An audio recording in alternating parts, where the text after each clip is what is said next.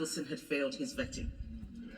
The Prime Minister says he's furious that he wasn't told the recommendations of the vetting. Yet on the 16th of September, a Foreign Office Minister told Parliament, and I quote, "The national security vetting process is rightly independent of ministers who are not informed of any findings other than the final outcome." This was the government's stated process. So why is the Prime Minister so furious that it was followed?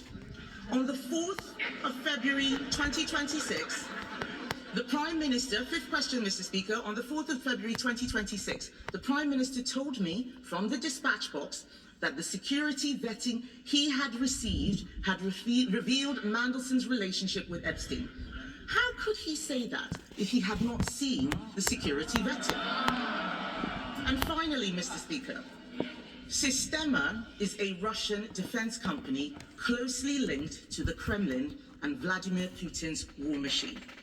Was the Prime Minister aware before the appointment that Peter Mandelson had remained a director of that company long after Russia's invasion of Crimea? Mr. Speaker, everyone makes mistakes. It is how you face up to those mistakes that shows the character of a leader. Instead of taking responsibility for the decisions he made, the Prime Minister has thrown his staff and his officials under the bus. This is a man who once said, "I will carry the can for the mistakes of any organisation I lead." Instead, he has sacked his cabinet secretary. He has sacked his director of communications. He has sacked his chief of staff. And he has now sacked the permanent secretary of the Foreign Office. All of these people fired for a decision he made. The Right Honourable Gentleman's defence is that he, a former director of public prosecutions, is so lacking in curiosity that he chose to ask no questions about the vetting process. He asked no questions about Mandelson's relationship with Epstein. He asked no questions about the security risk Mandelson posed. Apparently, he didn't even speak to Peter Mandelson before his appointment. It doesn't appear that he asked any questions at all. Why? Because he didn't want to know. He had taken the risk. He had chosen his man. Whitehall had to follow. It is the duty of the Prime Minister to ensure he is telling the truth. Or does the ministerial code not apply to him? I'm only holding the Prime Minister to the same standard to which he held others. On the 26th of January 2022, the Right Honourable Gentleman said to a previous Prime Minister at this dispatch box, if he misled the House, he must resign. Does he stand by those words, or is there one rule for him and another for everyone else? Mr. Speaker, let me respond to those points. Firstly, when I found out what had happened on Tuesday evening last, I wanted to have answers to the question who made the decision to recommend, to give clearance on developed vetting contrary to the advice, why that was done, and who knew about it, so I could provide the information to the House, Mr. Speaker. That is the exercise that's been conducted since Tuesday evening and today, so that I could come here today to give the full account to the House, which I've just set out. Mr. Speaker, she asked me about developed vetting security. I've set out that wasn't me saying that. I read out the evidence of the former permanent secretary about that, and the former cabinet secretary in relation to that, and I think the quotes that I've given to the House are clear enough in relation to that. She also asks why Peter Mandelson failed. Mr. Speaker, it's important to make a distinction between the information provided to the review and the recommendation. The information in the review must be protected and has been protected, because otherwise the integrity of the entire system would fall away. But the recommendation doesn't need to be protected and should not have been protected. Mr. Speaker, in relation to her questions, in relation to the answer about full due process, that was the information that I had, that I put before the House, and it was confirmed to me by Sir Chris Warner, because in September I asked him to conduct a review of the process to assure me that the process was correctly carried out. He did that and wrote to me on the 16th of September, giving me that his conclusions. In relation, Mr. Speaker, to reports in the media, Number 10 was repeatedly asked about the facts surrounding Peter Mandelson's clearance and was assured that the proper process was followed in that case. Mr. Speaker, in relation to those in number 10, let me give the answer. Nobody in number 10 was informed about UKSB's recommendation. Mr. Speaker, just to be clear and for the record, the Cabinet Office Permanent Secretary did receive information recently and then sought the necessary and legal advice. Once those checks were completed by the Cabinet Office Permanent Secretary, I was told, that is in the last 2 weeks or so, that was entirely the right procedure, to get the legal advice and then to bring it to my attention at the first opportunity. It was the right procedure that was followed by my officials in the last few weeks. Mr. Speaker, in relation to why I was furious about the process, for the very reason, Mr. Speaker, I strongly believe I should have been given this information at the very outset. I strongly believe there were repeated times when I should have been told. I should have been told on appointment. I should have been told when Peter Mandelson was sacked. The Cabinet Secretary should have been told when he reviewed the process. The Foreign Secretary should have been told before she was asked to sign a statement to the Select Committee. And I should have been told when I ordered a review of vetting, Mr. Speaker. In relation to the point she makes about what I said in February in answer to a question of hers, I make it very clear, Mr. Speaker, I had not seen the security vetting file. I did not know that UKSB, the question asked about vetting, I knew about the due diligence, and that's why I put before the House what I knew about the due diligence in relation to Epstein. The question asked me about vetting, and I knew what the due diligence has said, and therefore I told the House what the due diligence has said. I didn't tell them what security vetting had said because I hadn't seen the file in relation to that. Mr. Speaker, in relation to the particular details in relation to Peter Mandelson, I acted on all of the information I had available to me. The simple fact of the matter is I should have had more information. I didn't have that information. The House should have had that information, and I've now set it out in full to the House. To the Foreign Affairs Select Committee, Dame Emily Thornbury. Thank you very much, Mr. Speaker. The truth is that my committee did ask. We asked on the record, and we got a partial truth that could hardly be the whole truth. But we are on record as asking the very questions that hecklers on the other side say should have been asked. And the answers are there on the record to see just what we got when we did ask. Mr. Speaker, may I just turn to my question? A month before Mandelson's appointment, the then Cabinet Secretary advised that necessary security clearance should be acquired before confirming a political appointment. That doesn't seem to have been the usual practice. I'm glad that it's changed because it was clearly abused. Was that somebody, probably Peter Mandelson himself, leaked to the press his appointment as US ambassador, effectively bouncing the government into confirming it. But then when the confirmation did come forward about his appointment, it did not make clear that it was subject to vetting in either the offer letter to Peter Mandelson or in the government's press release.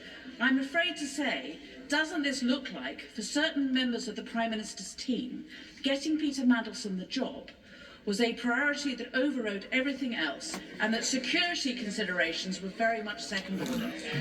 Prime Minister. Well, can I thank her for a question? Her committee did ask relevant questions, and that's why I have indicated that it was unforgivable that the Foreign Secretary was asked to sign a statement in response to those very questions without being told about the recommendation. The questions were asked. She was advised and asked to sign a statement without being told the relevant information. And that is unforgivable. As for the appointment before developed vetting, I've changed that process now so it can never happen again. And she heard me quote the evidence of the former Cabinet Secretary and the former Permanent Secretary in relation to that. Mr. Speaker, can I just deal with the third point she makes? And that is that somehow the Downing Street's wish to appoint Peter Mandelson overrode security concerns. Mr. Speaker, let me be very clear. If I had been told that Peter Mandelson or anybody else had failed security and had not been given clearance on security vetting, I would not have appointed them. A deliberate decision was taken to withhold that material from me. A deliberate decision was taken to withhold that material. This was not a lack of asking. This wasn't an oversight. It was a decision. It was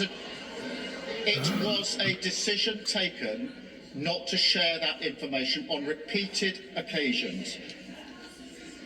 Senator David, Leader of the Liberal Democrats. Thank you, Mr. Speaker. It's 2022 all over again. Back then, when he stood on this side of the House, it was Boris Johnson who was accused of misleading Parliament and scapegoating senior officials. The then Leader of the Opposition couldn't have been clearer. The public need to know, he said, that not all politicians are the same, that not all politicians put themselves above their country, and that honesty, integrity and accountability matter. So he promised change, Mr. Speaker. He promised to break the cycle and stop the chaos. So did Obama. And he promised a government with, and I quote, more focus on long-term strategy, not the short-term distractions that can animate Westminster. I'm afraid the fact that he even had to make the statement today shows how badly he has failed. How badly he has let down the millions of people across our country who are so desperate for change. Oh, we got change in our pockets. He says he had no idea. We're all becoming broker every day. We got change. In office, we got all the change and they got all the dollars. The facts remain, even on his own account. The Prime Minister appointed Peter Mandelson as Ambassador to the United States even after he had been warned about his relationship with Jeffrey Epstein. The Prime Minister announced the appointment before Mandelson had been vetted, despite the clear risk to national security of putting someone unsuitable in that role. And one of his top officials, just 3 weeks into the job, clearly believed the Prime Minister wanted Mandelson to be appointed regardless of what the vetting process turned up. And the Prime Minister has relied on the vetting process to defend his decision. They lied. So why did he ask so few questions personally about the vetting process itself? We all know the truth, Mr. Speaker. The Prime Minister knew that appointing Mandelson was an enormous risk. He decided it was a risk worth taking, a catastrophic error of judgment. And now that it's blown up in his face, the only decent thing to do is to take responsibility. And resign. Back in 2022, the Prime Minister rightly accused Boris Johnson of expecting others to take the blame while he clung on. That was not acceptable then, and it's not acceptable now. So I hope the Prime Minister can at least tell the House this, and we'll be listening very carefully to his answer. Was he given advice by Simon Case, the then Cabinet Secretary, that the necessary security clearances should be acquired before he confirmed his choice for US Ambassador? And did he follow that advice? Yes or no? Mr. Speaker, after years of chaos under the Conservatives, we needed a government focused on the interests of the people, the cost of living crisis, the health and care crisis, our national security. We needed a government of honesty, integrity and accountability. So will the Prime Minister finally accept that the only way he can help to deliver that is to resign? Prime Minister. Mr. Speaker, Make him walk the plank. set out in my statement the full facts. And in September, when the Bloomberg emails came to light, I asked the Cabinet to review the process, then Cabinet Secretary to review the process. He told me the process was as it should have been. And as soon as the information about security vetting came to light last Tuesday, I asked for the facts to be established so I could update Parliament.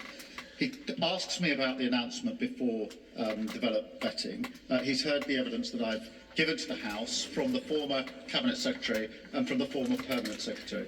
In relation to the advice from Simon Case, Mr. Speaker, when I asked the former Cabinet Secretary to review the process after September 25, he specifically addressed whether the process had been followed by referencing the Simon Case letter and assured me that the process was the right process to have followed. So in answer to his question, that was specifically looked at by Sir Chris Wormold in the review that was conducted in September of last year. Dame Diana, sorry, Diana, but the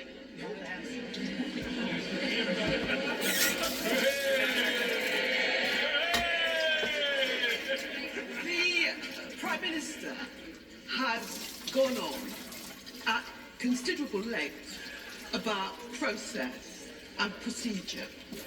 But ordinary people don't really care about process and procedure. They want transparency and they want to know that they can have confidence in the words of elected politicians, like all of us in this chamber.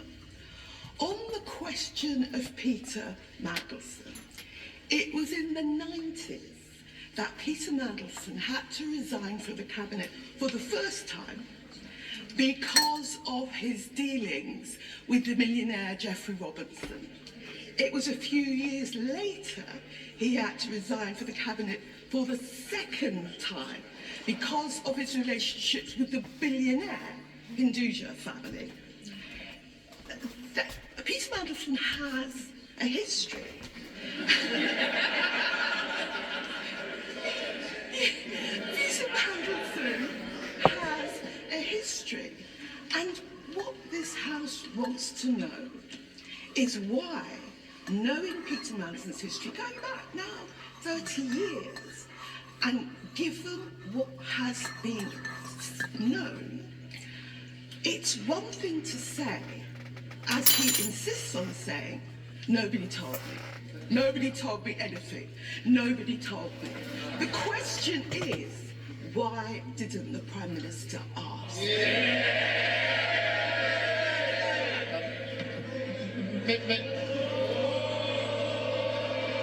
Mr. Speaker, in relation to her question, let me be clear.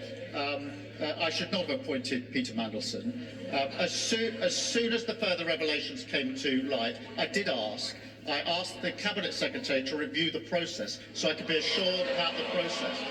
He wrote to me on the 16th of September, setting out the conclusions of that review and assuring me the process had been followed properly. Simon Hodger of Packer. Thank you, Mr. Speaker. The Prime Minister has spoken about process and the reviews and trying to put that which went wrong right. That is to be supported.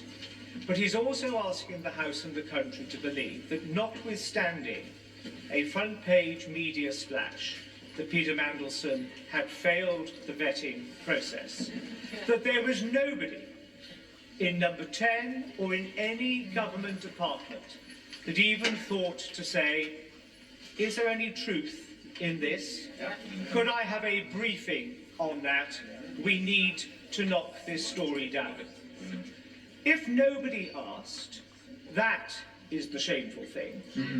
And if nobody asked, does it not say to the Prime Minister that the operation of his government, which seems to be process, strategy, review, never my fault, is not sustainable and is not welcomed by the country at large?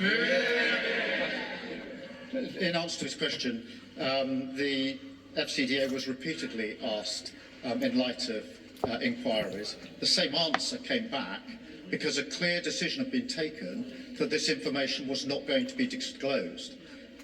And it wasn't disclosed to me, let alone to anybody else. So yes, repeatedly the FCDO was asked, the same answer came back as the answer that was given to me. The decision was that I wasn't to know and nobody else was to know. That was wrong. John Michael. Can I say that on this side of the House at least, tomorrow, Out of sight, out of mind. many will appreciate his apology today. But many of us will remain bewildered still why that appointment took place, despite the warnings that many of us gave him. And isn't the reality this, that when he sought to realise his ambition to become leader of the Labour Party, with very little base within the party, he became dependent on McSweeney and Mandelson and Labour together to organise, fund his election. And that when he became Prime Minister, the reward for McSweeney was control of Number 10, and for Mandelson, the highest diplomatic office. And the message, the unspoken message to civil servants was, what Mandelson wants, Mandelson gets. This has damaged the party that I've been a member of for 50 years. I urge him to take steps to clear this toxic culture out of our party and take the first step by having an independent inquiry to Labour together. Prime Minister. Mr. Speaker, can I just deal with what's at the heart of that question in relation to an unspoken message to civil servants? I don't accept that. Mr. Speaker, it is simply not good enough on a question of national security where clearance, the recommendation is clearance be denied, for anyone, particularly senior civil servants, to do anything other than provide me with the relevant information, and that is what should have happened in this case. Sir Jeremy Wright. Very much, Mr. Speaker. The Prime Minister has been very clear about his view of the urgency of his response since he learned of this vetting information.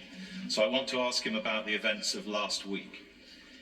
He will know that the Intelligence and Security Committee asked for any information relevant to vetting to be supplied to it in the first tranche of information we were to consider.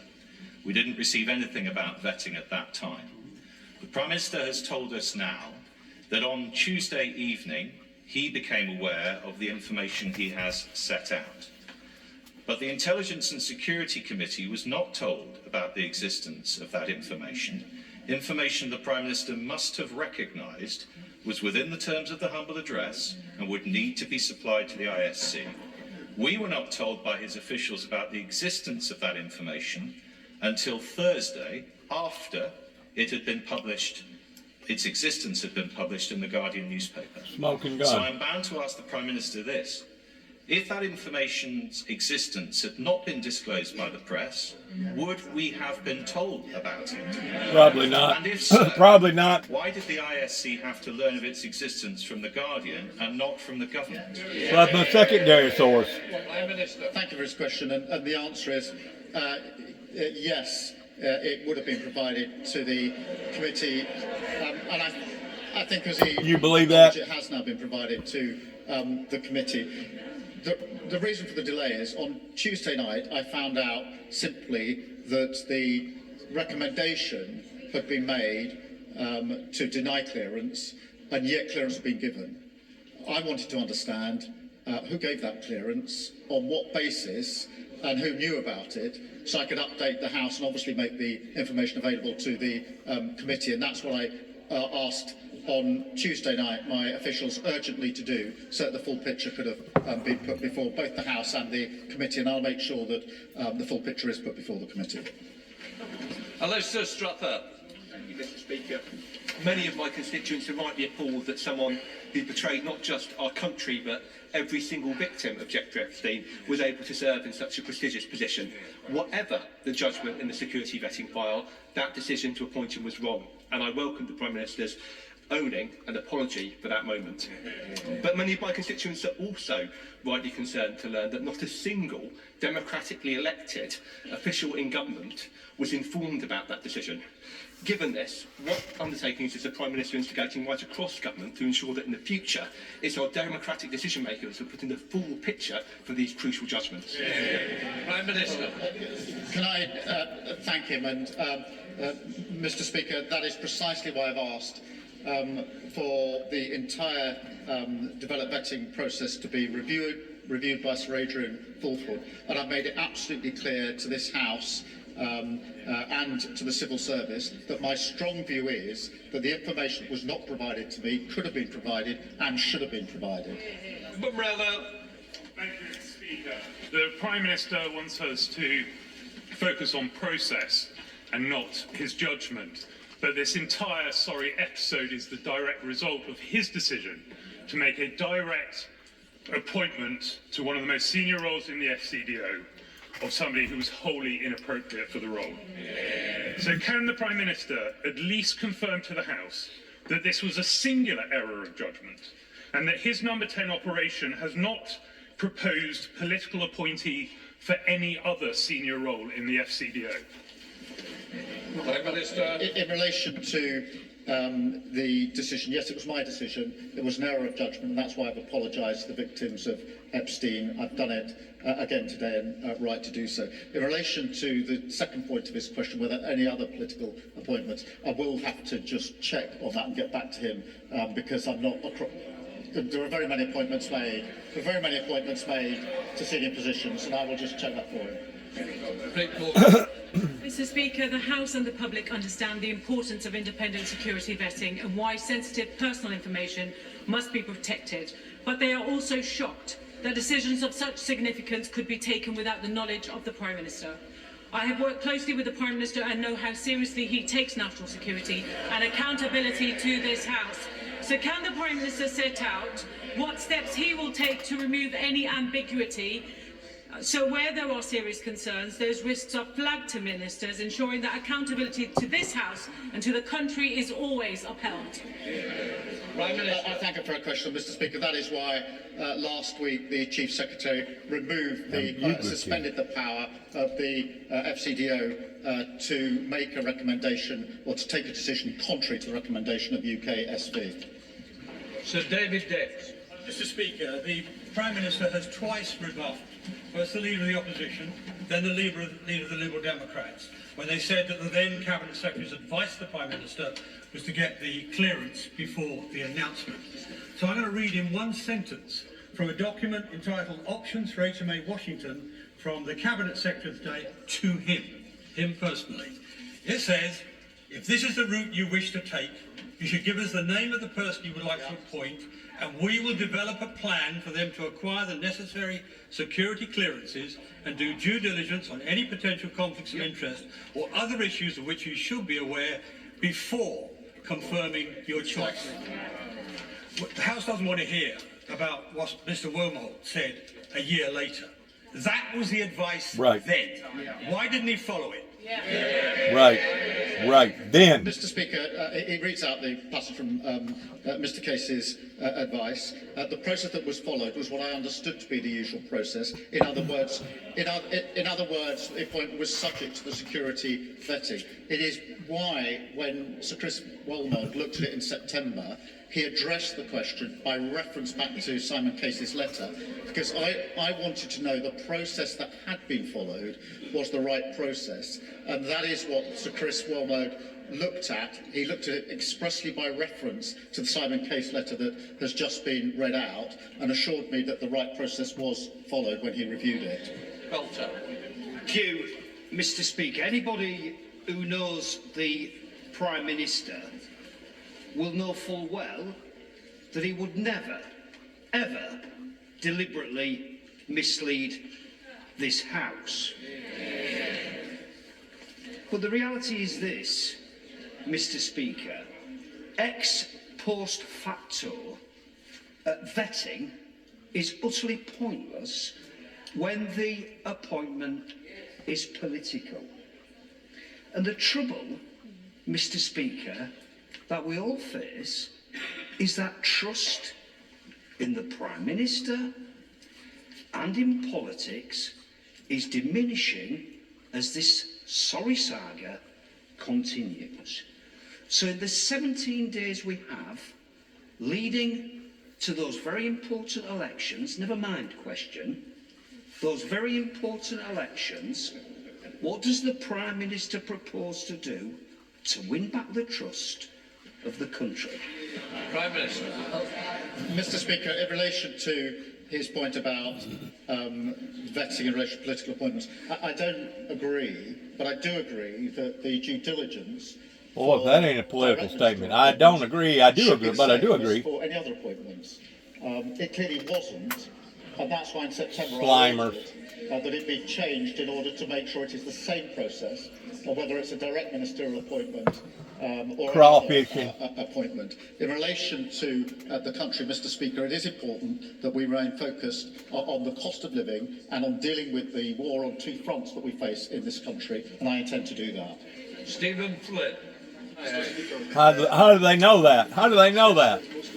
Truth in this entire process They done been portrayed. is that the Prime Minister of the United Kingdom chose to proactively ignore the victims of Jeffrey Epstein when he made the political choice to put Peter Mandelson in as the UK's most senior diplomat in the United States of America, despite knowing that he had maintained a friendship with Jeffrey Epstein himself. We have since seen Peter Mandelson be investigated for potential misconduct in public office, and we of course now learn through the media that Peter Mandelson had failed his security vetting. The Prime Minister blames all of this, all of it, on the judgment of others. But I'm interested in his judgment. Does he believe himself to be gullible, incompetent, or both? Prime Minister. Mr. Speaker, I thank him for his question. I've laid out the relevant facts. It is absolutely clear that nobody is suggesting that this information was made available to me. It clearly wasn't made available. It should have been made available, and I would not have made the appointment had it been made available. That is why I set out the facts in some considerable detail to the House with relevant quotes. He's squirming to keep his job. Stella Creasy. Thank you, Mr. Speaker. The Prime Minister... They're going to pin him down. ...about some of the challenges in this process. I'm sure he will share the frustration across this House that revelations keep coming and this matter keeps coming back to Parliament. Now, he says that he has acted to prevent any further challenges in the vetting system for the government for senior appointments. Can he therefore give all of our constituents and this House the reassurance that he has no further sense there will be any challenges to any other senior appointments through the vetting process that this government has made? Mr. Speaker, that is precisely why I've asked for a review to be carried out of the security vetting. I have no reason to believe that to be the case, but I want to be assured about the security vetting process, and that's why I've asked Sir Adrian Fulford to look at it so he can give me that further reassurance. I will then, of course, pass that on to the House. Then Karen Bradley. Thank you very much, Mr. Speaker. The Prime Minister has just told us that after he sacked Peter Mandelson, he changed the process so that now an appointment cannot be announced until after security vetting is passed. Why did he do that if he didn't think there was a problem with the security vetting? Well, Mr. Speaker, in September, it became clear to me that in relation to the due diligence that had been carried out by the Cabinet Office, Peter Mandelson had been asked questions by my staff and given answers which were not truthful. That was exposed by the Bloomberg emails. At that point, I became concerned about the entire process. I asked for the review of the process, which were not truthful. Sir Chris Wormald, which he carried out, but I also made it immediately clear that I would change the due process so that whether it's direct ministerial appointments or any other appointments, the same process was gone through. And I also wanted to make it clear that I didn't think that it was right that appointments should be announced before security vetting was gone through in any circumstances, and therefore I changed it straight away. Rachel Blake. Thank you, Mr. Speaker. My constituents are deeply concerned about the appointment of Peter Mandelson, and they want to see complete transparency going forward. I'm really concerned to read that the civil servants in the Cabinet Office may have had this information about a month ago, and it has taken them this long to be able to be in a position where they can share the information with the democratically elected person making this appointment. What can the Prime Minister share with us today so that we don't have to face this type of issue going forward? Prime Minister. Can I address that head on? Because what happened was that the information came to the attention of senior civil servants who were in fact doing the compliance work on the humble address. When they saw the information about developed vetting, they took legal advice straight away to ask whether it was legal to disclose that to me. They got that advice, and as soon as the advice was given, they disclosed it to me straight away last Tuesday. That was the right and appropriate thing for them to do. There's no criticism of what they did. Rachel Gilmore. Thank you, Mr. Speaker. We know that last September, MI6's finding that Mandelson's compromising business interests was accurate. I mentioned it myself on September the 15th in 2025. He failed his security vetting. We also know the former Cabinet Secretary advised the Prime Minister to carry out security clearance of Mandelson before his appointment.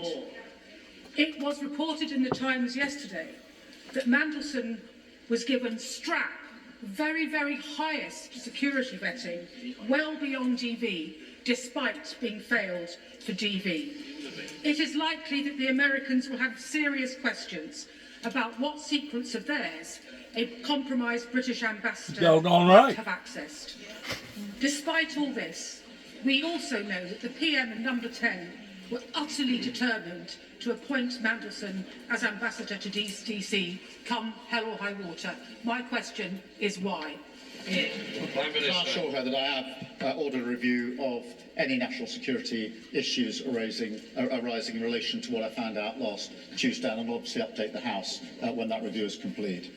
Dr. Rupa Hutt. Thank you, Mr. Speaker, and I also thank the Prime Minister for his heartfelt statement, and, if we're judging parties on actions, not words, for reviving the post of anti-corruption czar. It was vacant for 3 of his predecessors, years and years, starting with Boris Johnson's lockdown breaches. So can I ask the Prime Minister, now that we have the heavyweight Margaret Hodge in post, what plans does he have for this broader policy area?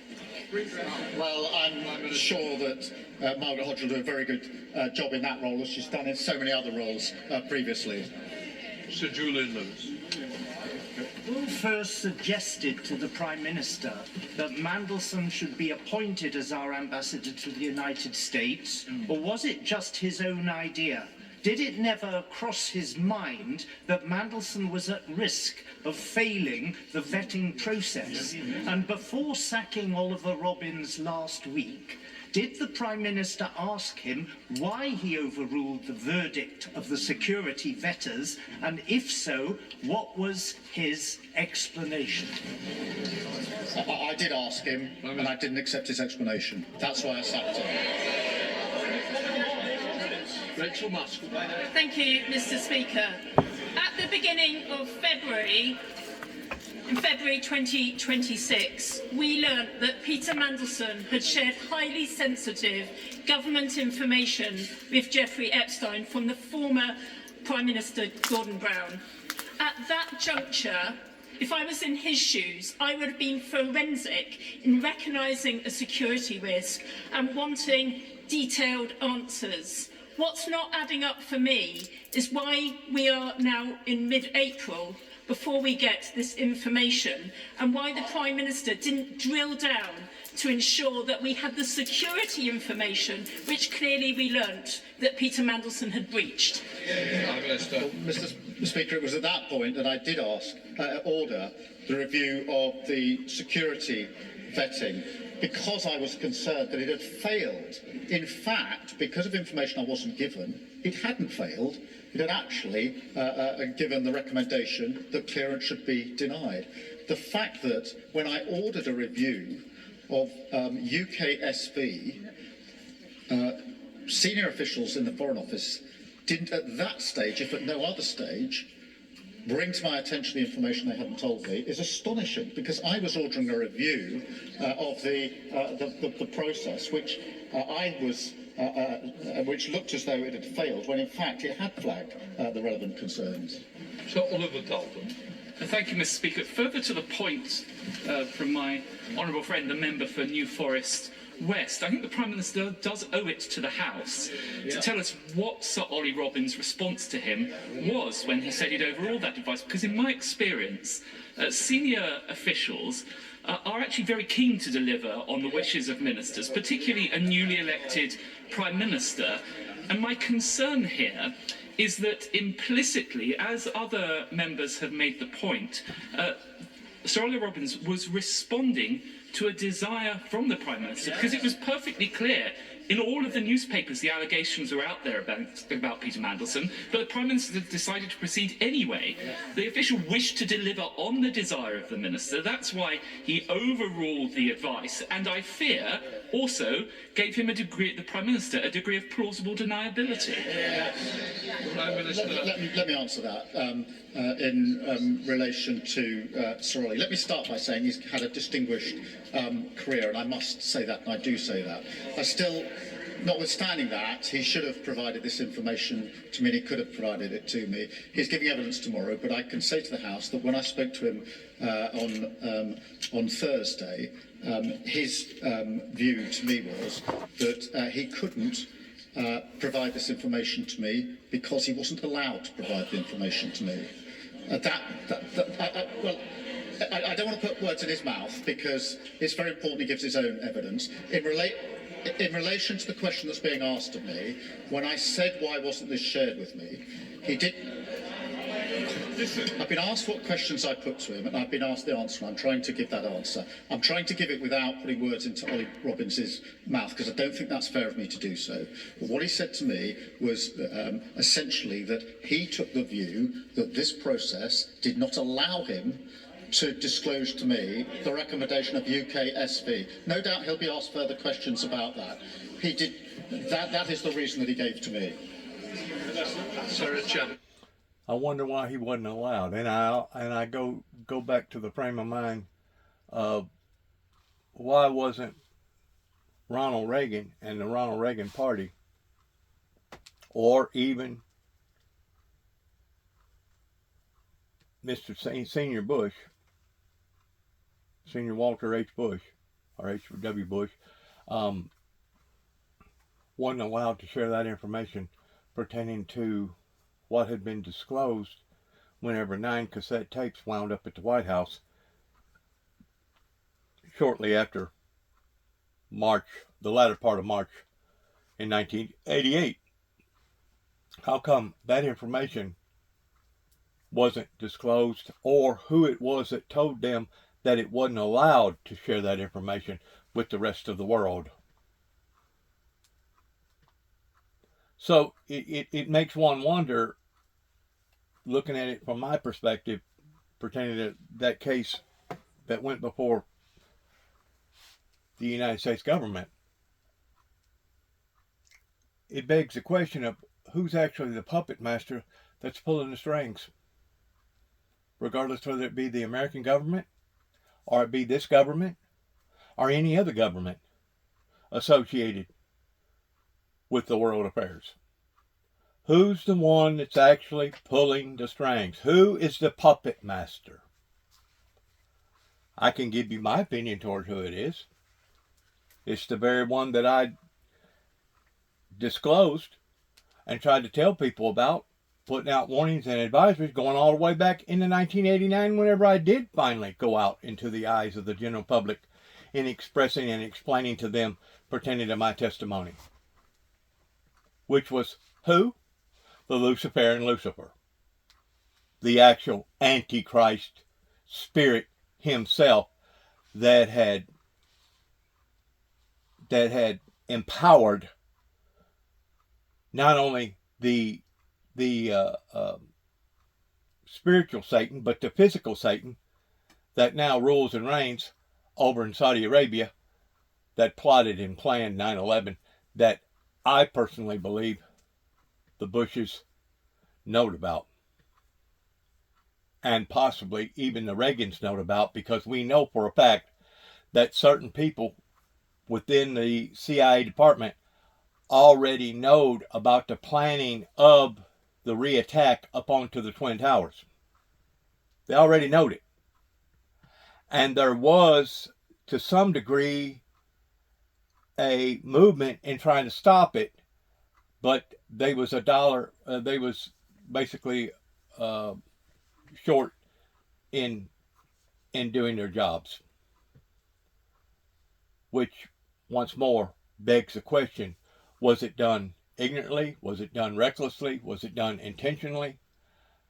These are all questions that one day the American people pertaining to 9/11, not just the victims, but the whole world will give an account for one day whenever they stand before the judgment seat of Christ, and they'll be asked very, very clearly, how come, first of all, you didn't disclose about the 9 tapes to the church world, and secondly, after you knowing that there was a plot pertaining to bin Laden coming from the Saudi Arabia government, how come you did not stop and do your jobs? We know for a fact the FBI and certain members of high-ranking investigation top brass had already followed the chain of command and who was actually financing the terrorist that was over here that was plotting and planning towards doing that. They have already done the research in targeting the paper trail of where the money was coming from to begin with. You know, whenever it comes to these hidden secrets and these plots, the Bible's very clear in saying that whatever is hidden will be revealed. And how come these people want to be shady in behind these positions in thinking that the world ain't going to find out about their affairs? Because they will, regardless whether it's coming from this government agency or the American agency or any other agency. How come that they still think that they can get away with this stuff, knowing good and well that the people has wisened up to this? I mean, some of these governments are at the point of total collapse.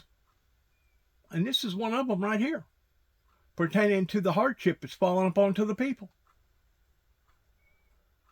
I ain't talking about the government. I'm talking about the people that the government allowed. The same is over here pertaining to the high prices. You got the middle class, the working class, that can't get ahead. They just can't get ahead. You know, they can brag all day long about their income tax returns and say, well, they got back an extra. Let's see what this guy's got to say. Hang on. As well. I'm sure everybody in this House agrees that the government of the day should take advice of our intelligence and vetting services and act on it.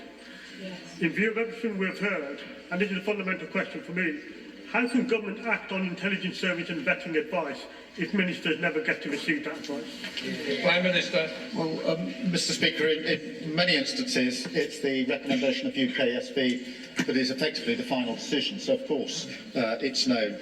It falls back on to what I said in some of my work just previous, probably just a few days ago, that in order to be a good journalist investigator, you have to put aside your differences and your biased opinions, and you have to go in and you have to, even if it means being offended, go in and ask the proper questions to the proper people of finding out, well, how come